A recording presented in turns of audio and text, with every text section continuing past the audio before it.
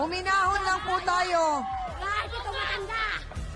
Aling Esther, huminahon lang po tayo. Di po tayo magkakaintindihan. Sandali. Diretsa ang tanong, gaano po katotoo na ninakaw nyo daw po yung mga kinokolekta nila? Wala akong ninanakaw. Pasok ka ng iyo! Sinungaling ka, chismosa ka pa! Kayo po ba ni Aling Maura ay dating magkasama sa pangongolekta po? Talaga? Okay. So, ibig sabihin, sino po ang nauna sa inyo sa ganitong trabaho? Ako po. Dahil Kayo po. ilang taon na akong Okay, andali lang Aling Maura, wag po muna kayong sumagot, ha? So, kayo po ang matagal na. Okay po.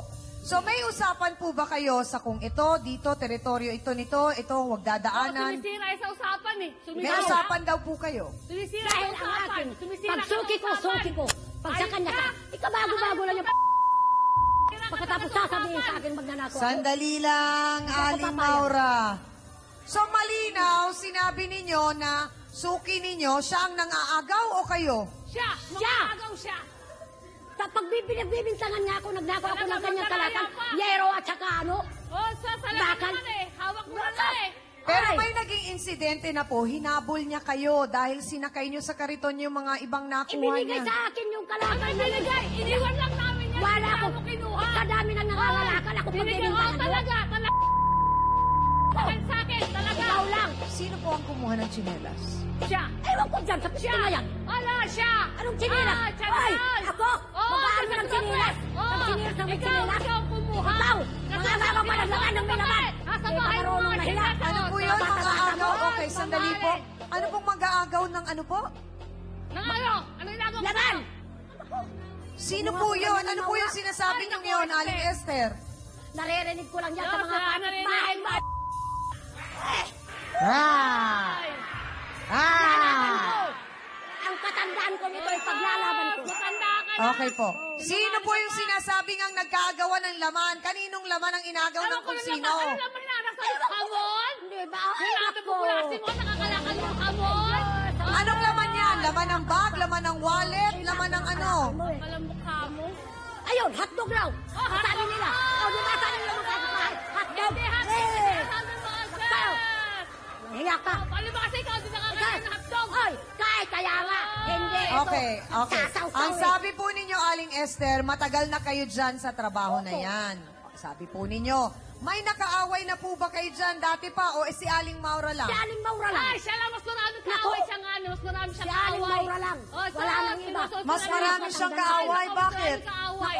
Dahil swapa Oh. nga yan eh. Bakit ako naging swapa? Yung mga ibang nangangalakal. Nagkagalit siya, wala kikita. Ay, akin yan, akin yan, akin yan. Nahiya ka naman. Yan, Wala akin akong yan. sinasabing Ganyan na ganun. ugali sa Katanda akin ko. eh. Marami Oh, akong sus, kaibigan talaga na naman, nangangalakal. swapa. Okay, okay. Sige, sandali. Pa lang. Liwanagin lang natin. Tingnan natin kung magkano kinikita nyo.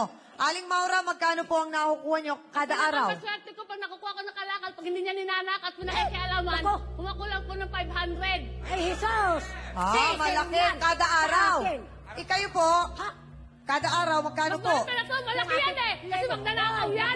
Oh, Ay, yaya ka. Magkano po sa inyo kada araw? Ang kinikita ko, dahil marami akong suki Oh, kaysa sa marami kanya. ka kasi man, Naabot ng sasalap ka. 1,000. 1,000? Uy, doble! Ay, nahiya ka. Ah!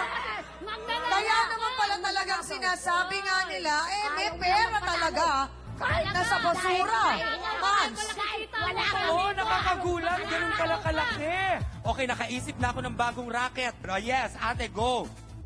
Aling Esther, kaya malaki yung kinikita mo kasi ninanakaw mo yung mga kalakal niya. Ikaw ba nila kapitbahay ko? Baka ninanakaw. Hindi, ka marunong yung intindi. Hala ka. Lagot ka.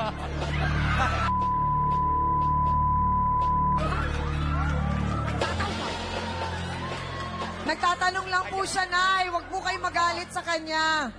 Nay, sabi niya, baka daw po. Nay, ang sabi lang naman daw po, baka. Baka, ikaw naging kabayo.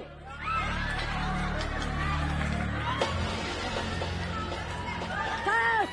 Aling Naiinggit lang Esther, siya sa akin. bakit po laging mainit ang ulo ninyo? Ay, hindi ako papayag na pinagbibintangan niya ako. Ano? Mukhang pera, kaya lagi may Bakit? ulo. Bakit po lagi Nawalong kayong tao. galit? Talaga, laging galit.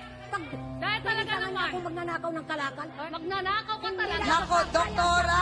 Eto, sandali. Para, pakinggan nyo muna, ha? Sandali lang.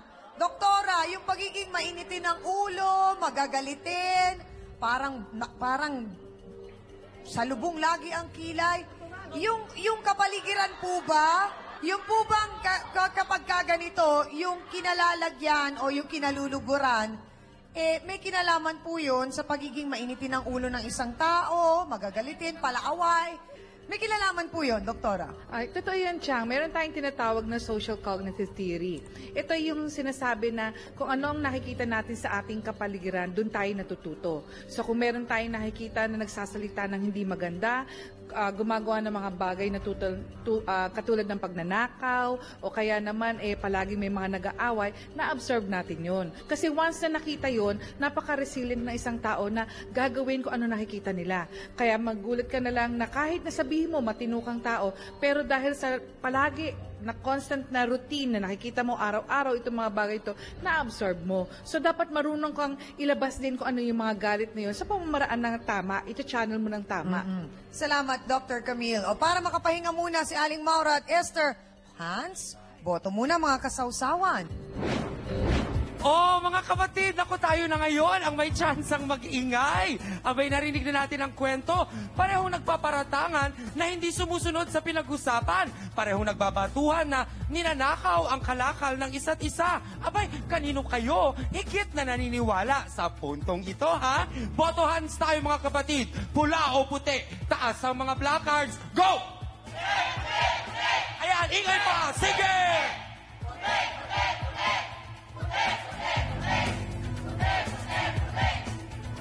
Nakutsang sa puntong ito, parang mas maraming kumbinsido sa mga naging kwento ni Ate Maura kumpara sa mga ibinabatong issue naman ni Ate Esther. Kaya nakalalamang ang puti. Kung si Aling Maura ay inagawan ni Aling Esther ng used items, siya naman daw ay inagawan at naging tulay. Itong si Aling Esther. Ano yan? Narito si Aling Alicia Adona. Pasok!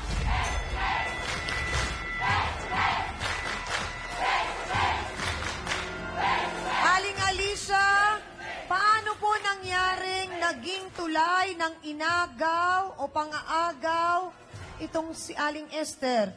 Sa kinakasama po ninyo? Opo. Ano po pangalan? Si Lando Amano. Si Mang Lando. Paano po naagaw?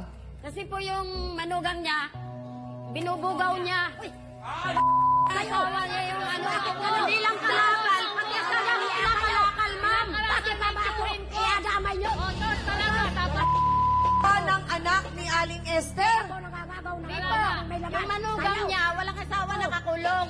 Ngayon yung asawa ko, pinalakal ng manugang niya. Naku po, mahiya-kaya kayo. Puro kayo Ay, naku, Aling Esther. Mukhang sa pagbabalik namin, kailangan kayong magpaliwanag ng masinsinan. Ito ang face-to-face. Ganyan-ganyan, Lando. Orlando, talaga. Cool. Gabi-gabi wala sa akin. Dinatnan po ba nyo doon kung saan sila nag-inuman? namin. Pinuntahan nyo? Andun sila, para yung dalawa lasing. Yung mali na atong tungo dito eh. Tama ba naman yun? Yan na kayo. Facebook Sausawan na mga kapatid. Ito mula kay Washo Imelda. Hi, good afternoon po, Chang Ami. Nung birthday ko, malungkot ako kasi war kami ng BF ko. Pero kahit na ganoon, naalis ang lungkot ko dahil napanood ko ang face-to-face. Totoo pala na nakaka-addict ang programa ninyo at kalat na ang programa nyo dito sa Japan. Nakakatuwa po, kaya ang pakiramdam ko ay nasa Pinas din ako. More power po at sa lahat sa inyo at sa magagaling na tagapayo. Harapin